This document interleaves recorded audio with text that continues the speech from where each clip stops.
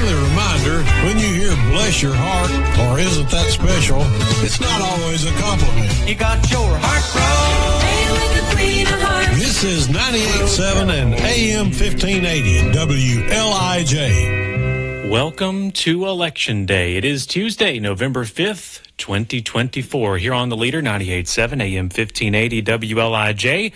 And it's high time for another government talk program. We're here with our very own Mr. Scott Johnson, speaking today with the Bedford County Schools Director of Communications, Ms. Carol Garrett, and friends, as we like to call it. Without further ado, Mr. Scott, take it away.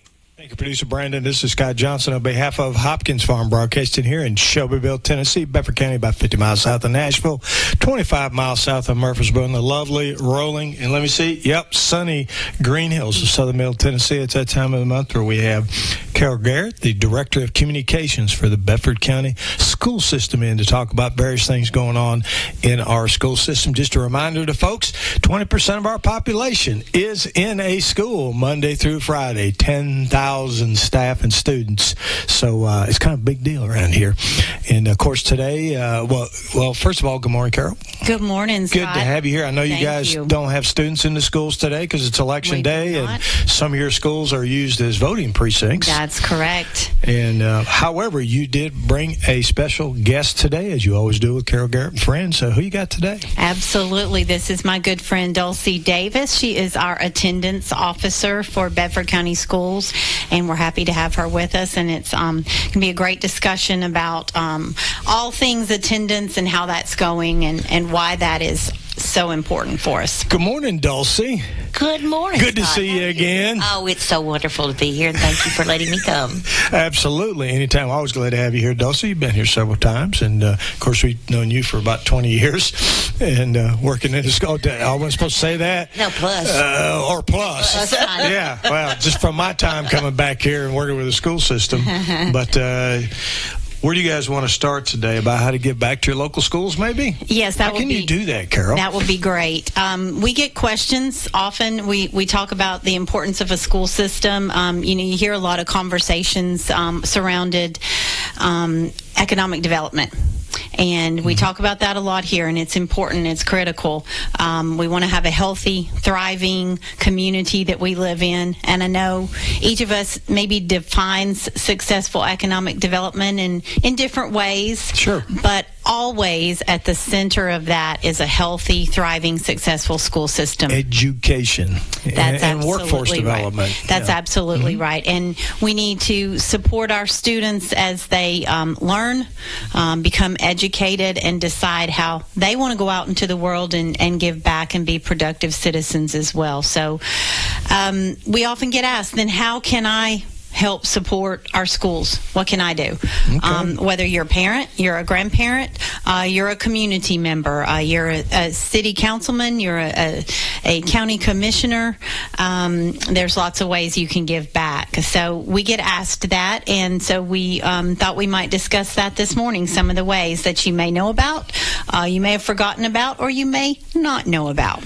Well, folks, government's role should be fairly limited, but one of the main things we have to do is educate our kids. One of that and public safety are probably the two main reasons for government to even exist. And of course, we've got a great school system here and a lot of dedicated folks making that happen. So I know you guys need help, though. You can't do it all by yourself. So what do you need? What's the first thing you want to talk about where folks can actually give back and help the school system, which helps our students? One of the most rewarding things I see is people who volunteer their time in our schools, and everybody can do that. If you, for example, you can go read to a classroom. You can help a classroom teacher organize her reading materials. Classroom teachers have lots of needs that volunteers can help with. It's so nice to go down the halls and see folks that are volunteering to help our teachers. So you can volunteer your time is definitely one way. How do you go about doing that? You would contact a school. If you have a student or a grandchild, a child in the school, it's an obvious choice. If you don't, then maybe a school that you live near or a school that you graduated from or, you have a particular affinity for whatever reason. Contact the school, ask to speak to the principal or the assistant principal and say, hey, I'd like to give back. I'd like to help out. What would be the best way? And that principal Great. or that admin is going to know where to point you based on your interest and what you might be interested in doing to give back. Okay, good deal. Another way is many of our schools, but not all of them, have a parent-teacher organization, so you can help the PTO. You don't have to be a parent. You don't have to be a teacher to be a part of the PTO.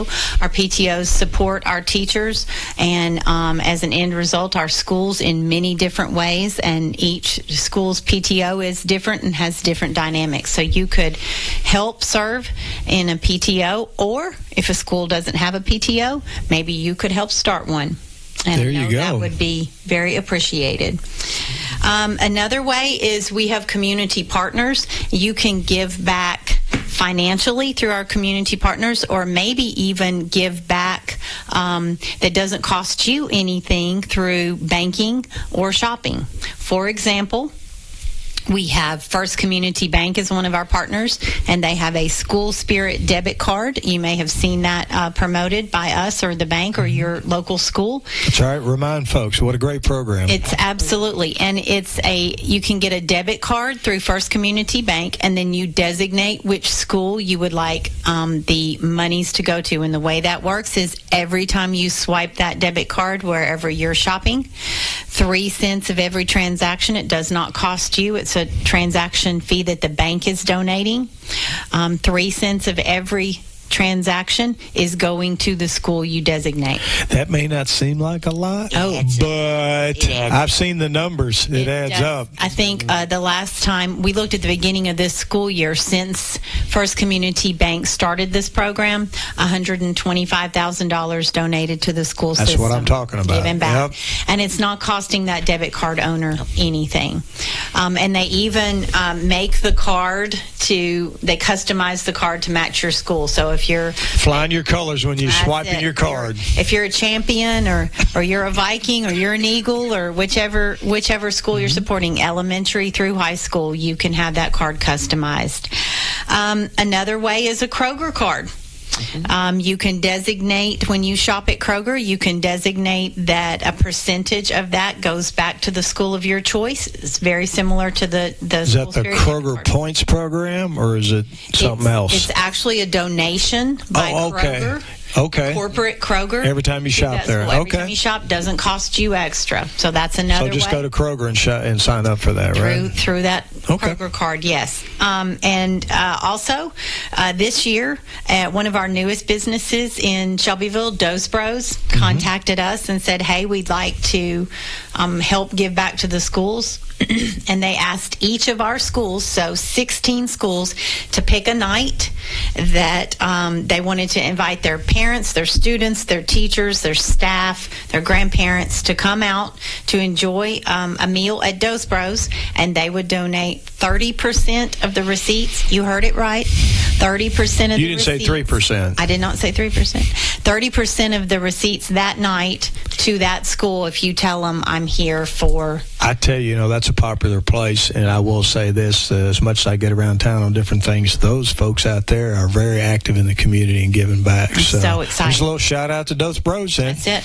Yeah. And those 3 items that I just mentioned, they're all on our Bedford County website. So it's www.bedfordk12tn.com, and under the resources tab is a link that says, how can I give back to my schools? You can get more information. There's a link to First Community Bank. There's a link to sign up for the Kroger card. And there's a chart that shows which night at Dos Bros is which school.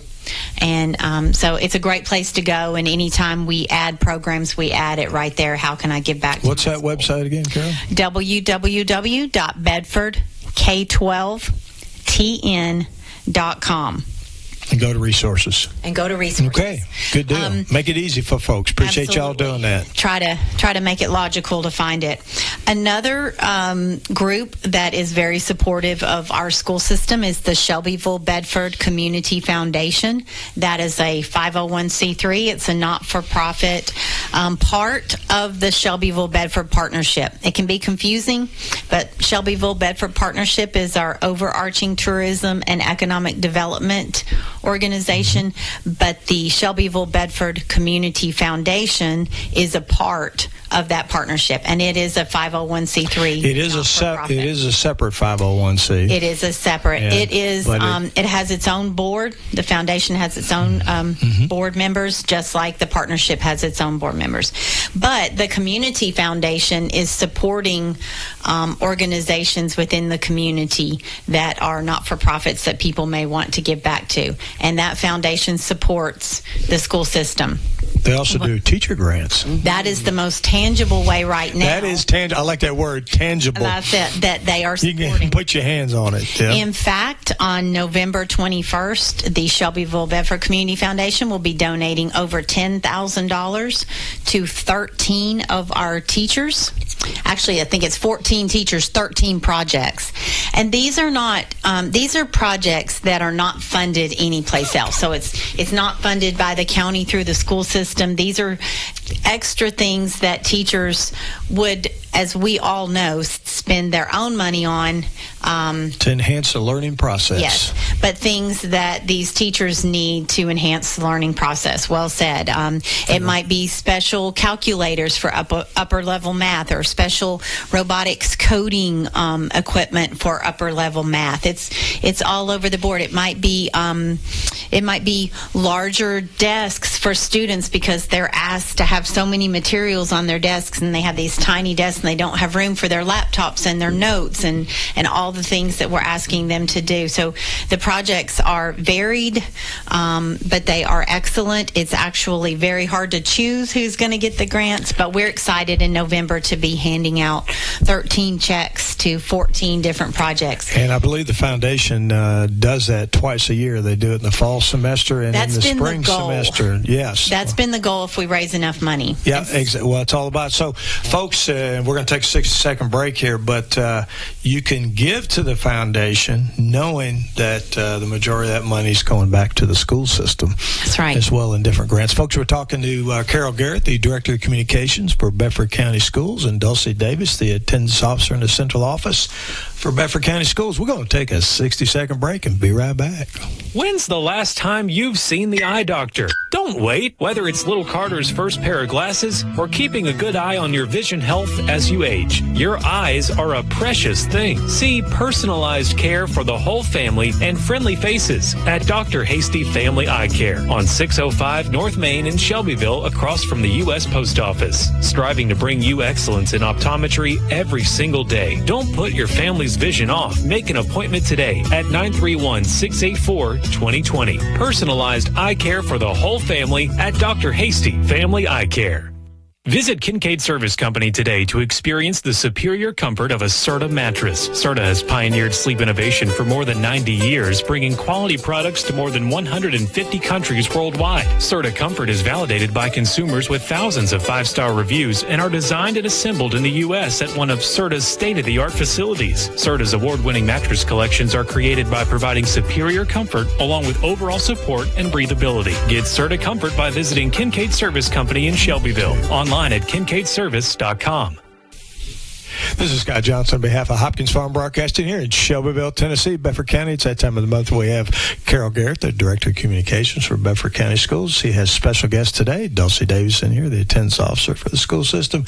And Carol, I know you had a couple more things. We were talking about the Community Foundation, which does a great job of raising money and giving it back to the community, especially in the education area.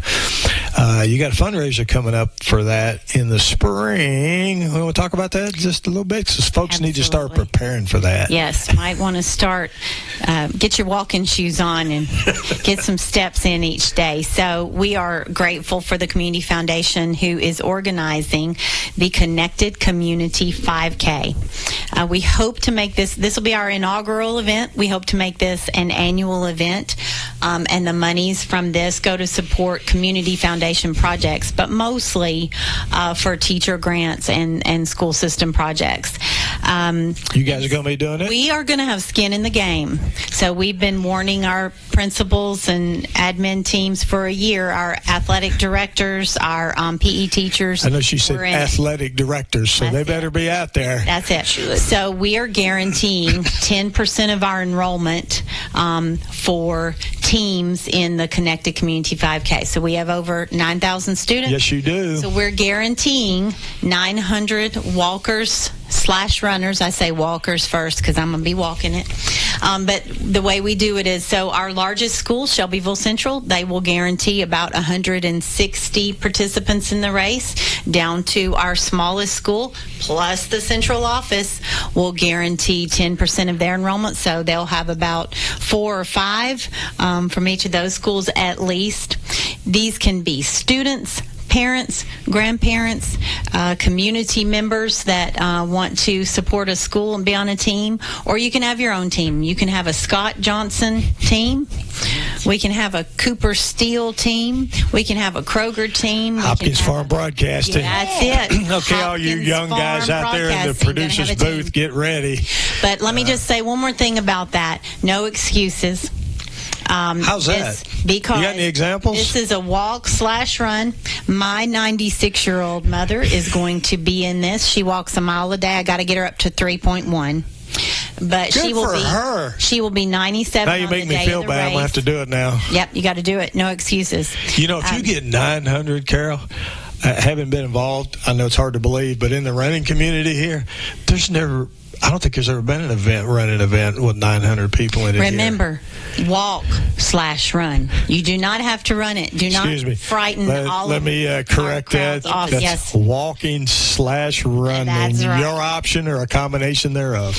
The neat thing is the Community Foundation has hired Run Nash out of Nashville. So it's going to be a chipped race?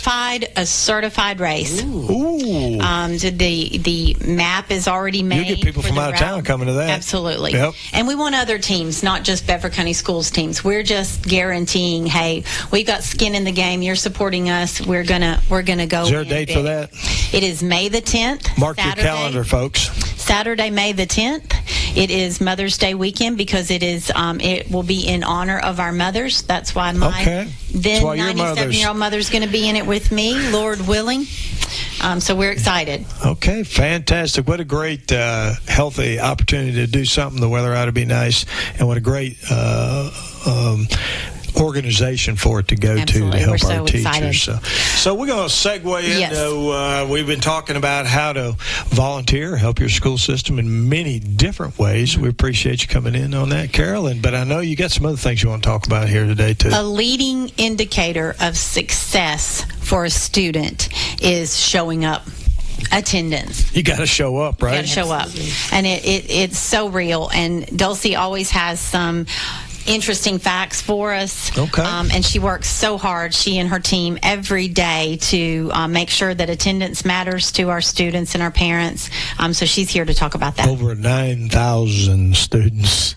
Well, and just so you know, first grade students with 9 or more total absences, excused or unexcused, doesn't matter. It doesn't make any difference, are 2 times more likely to drop out of high school than their peers who attend regularly. Has nothing to do with the grades. You're talking about first graders? First graders. So it starts young? Starts young, yes, sir. 9 or more. 9 or more. By 6th grade, chronic absenteeism is a leading indicator that a student will or will not drop out of high school. So if you already know that, so let's decide what is chronic absenteeism. Yes.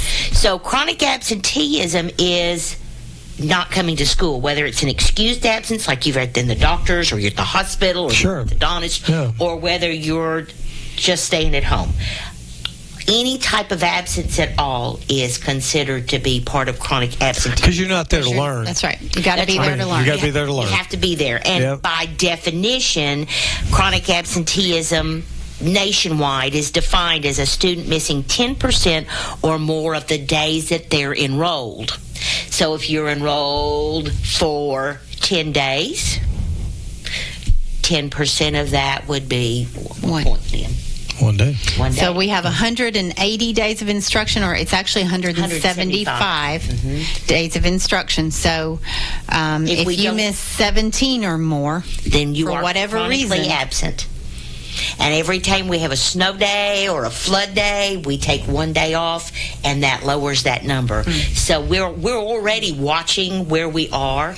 About once a month, I mail that out to principals and let them kind of know where they are. And they said, but this kid is left. It doesn't make any difference.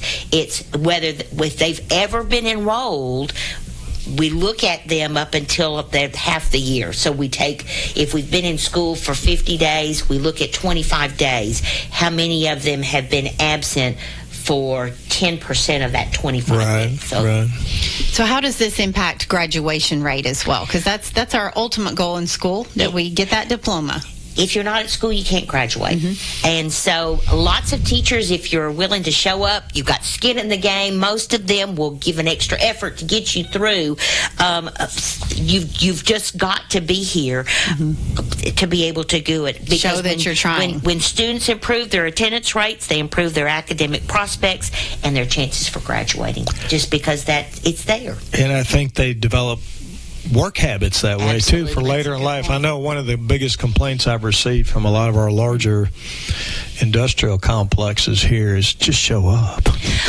Do some work. Please show up. We need you to show up for work, and maybe that's something that folks develop as a habit earlier in life. Well, I had a guidance counselor who looked at me and said, you know, the biggest question I get asked when I'm writing a rec for somebody, a recommendation, is I don't want to know their grades. I want to know what was their attendance like. Were they late to school? Did they check out early? Did they show up late for class? I want to know about that attendance and what they're doing, because that's the piece that tells me what kind of worker are they going to be. Are they willing to show up through thick and thin? It's critical. Absolutely. Great point. Absolutely. So we want kids at school. And to do that, one of the things we've done differently this year is we're trying restorative justice. We're asking parents to come in when a child has 10 or more unexcused absences. So I'm only looking at truancy at this point, which is different than chronic absenteeism. And we pull them in and we ask them, what's going wrong? Sure. How can we help you? Sometimes we find out it's transportation. Sometimes we found out that it's medical issues. Maybe the parent has cancer. Sure. Yeah. Sometimes the child has cancer. At that point, then if they're going to be out for 10 or more consecutive days, we ask them to contact Tiffany Swain to look at homebound so that they are still receiving instruction so that they can go further. Sometimes the child admits that they're anxious or they're depressed, and so then we look at the resources that we have, or we recommend that they go to Centerstone. But we have school social workers that can help us do that, or the counselors.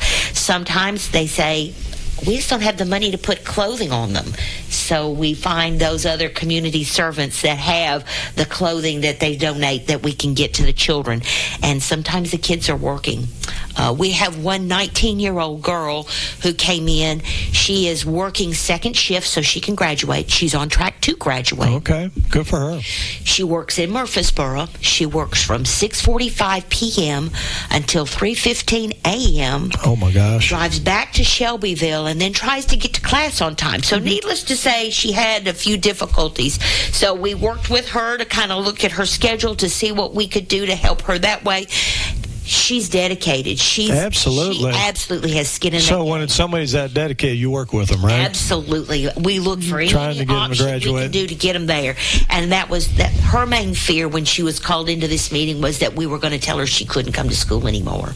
But that was not the intent. It was, how can we support you? And that's what we really want for these, is what can we do to support you? If you want to go to school, we want you at school. And so we look at those pieces of what we can do. Well, obviously, there's so many different reasons that a child may not be, or they may be absent more than they need to be. And glad to hear you guys are working with them, because to be successful, their job prospects, they may not know it, but even getting a high school diploma is going to be a whole lot better. It can be a game changer. Absolutely, than just dropping out. So, absolutely. Dulcie, you've been at this position for how long now? This is my third year. Oh my gosh! So you probably is it really? It is. You probably have some results that you can point to with someone dedicated to this every day. Somebody's looking at this and making efforts toward improving attendance each day. What can you point to?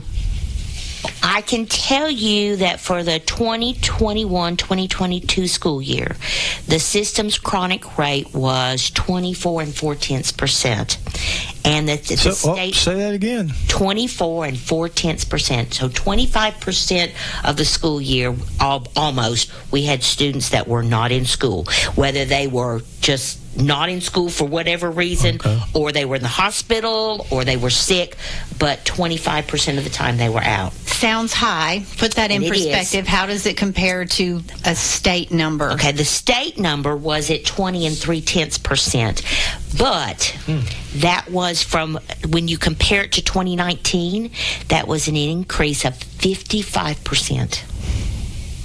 So before the pandemic in 2019, the state's rate for chronic absenteeism was 13.1%. I was not keeping data on that, and I couldn't. Are you talking about 13% of the student population? Statewide. In Tennessee. We're chronically absent. Before the pandemic. Before the pandemic. And then in 2021-22, for the state of Tennessee, it was 20.3. And ours was even higher than that. Ours was even higher than that. The state's about a fifth, and we were a fourth. Right. And so for the 22-23 school year, which was the year that I worked, we got it down to 20.5%. Okay. We asked that the teachers make that first phone call to remind parents, please make sure you get your doctor's notes in. Please let us know what's going on. You can write. A parent note can excuse up to 7 days. Please make sure that you get these notes in. And so we don't have the official numbers in for last year, the 2023-2024 school year. It's still embargoed, but we think it's looking promising. And that, I'm sure that the director of school knows, but she's not supposed to tell because it is still embargoed. But just with what we can do, it looks promising. How about that?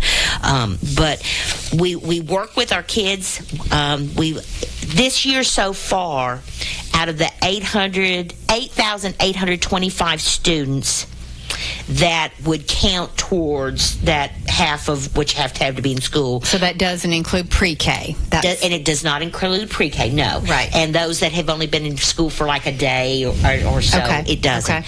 We have made 1,844. We have kids that have between 2 and 5 unexcused absences. This school year so far, 1,800 and some odd calls. Correct.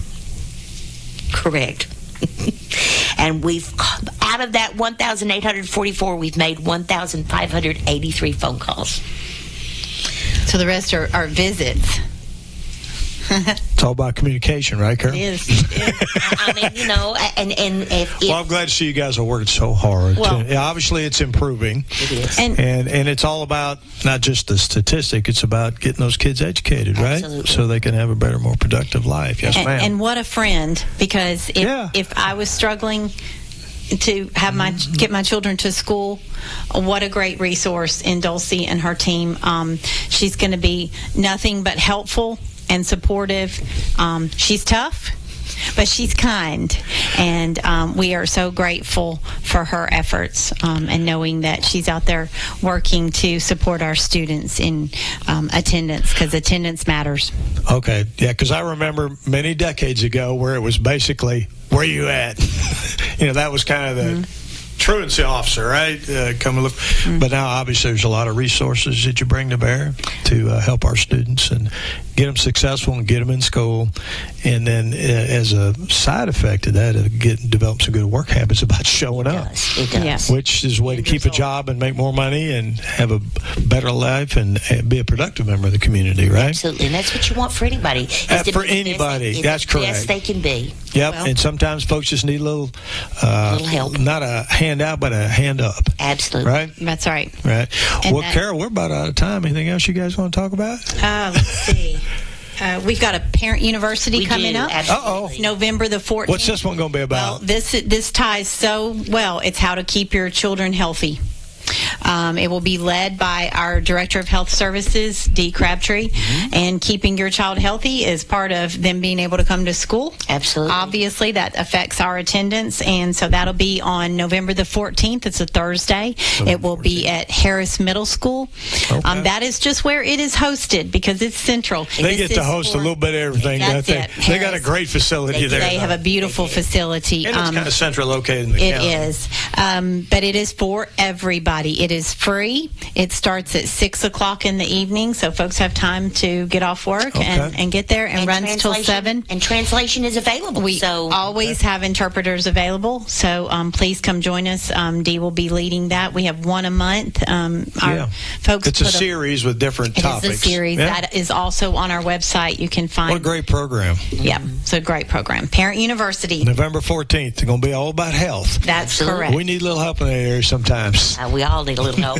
I have a thank you. I just got the pictures this morning, and I wanted to say thank you to our local VFW. Okay. They honored a lot of folks last night. 3 of the folks that they honored, they gave public service awards. So veterans who have served or are still serving, retired or are still serving in our military, and also these folks that give back in other ways. Some of them are school teachers. They honored 3 of our teachers from. They looked at the folks in our high schools. I mean, there are many more in our elementary and middle schools too, but they honored 3 folks from our high schools at a dinner last night. It was Mr. Jake Tyre, Mr. Tony Davis, and Mr. Richard Daniels. Jake Tyre is from Cascade High School. He's a teacher there, and he is in the U.S. Army National Guard. Tony Davis from Community High School. He's a teacher there, the United States Air Force. And also they honored Mr. Richard Daniels from Shelbyville Central High School, and he is also in the United States Air Force. Thank you to Tommy Bolin and the VFW for honoring them last night at a dinner. And I think these folks have been invited to be a part of the Veterans Day Parade this Saturday. Well. That's right. So come out, folks, and what a great transition. Had to throw that in. What a great transition. Oh, good. On my laundry list of things here as we come out. But I want to say kudos to the Veterans of Foreign Wars there, the VFW. I know Tommy Bolin well, and it was a team effort, but helped bring some recognition where recognition is due. And how more important can it be than on voting day, where you honor our veterans who protect our rights to be able to do that. So we appreciate you guys coming in today. Is there anything else you want to add before we go off the air? Carol, we've been talking to Carol Garrette, the Director of Communications for the Bedford County Schools, and Dulcie Davis, the Attendance Officer. Appreciate you guys coming in and providing that great information. Folks, Veterans Parade is this Saturday. It's the usual route. Come on out and just listen to the radio station here. They have a lot of details on that. They can provide that, but come on out and honor our veterans. Folks, it is voting day, the day. Doesn't matter who you're going to vote for, but get out and vote. There's most countries, those that have been in the military and traveled all over the world. Folks, there's a lot of places that don't have a right to do that. And we have that right here. It's your fundamental right. And I always like to say, if you don't vote, you can't complain. So get out and vote, and then you can start complaining about whatever it is and do it. But please do get out and vote and help us make a decision here, both in the local elections and the national elections as well.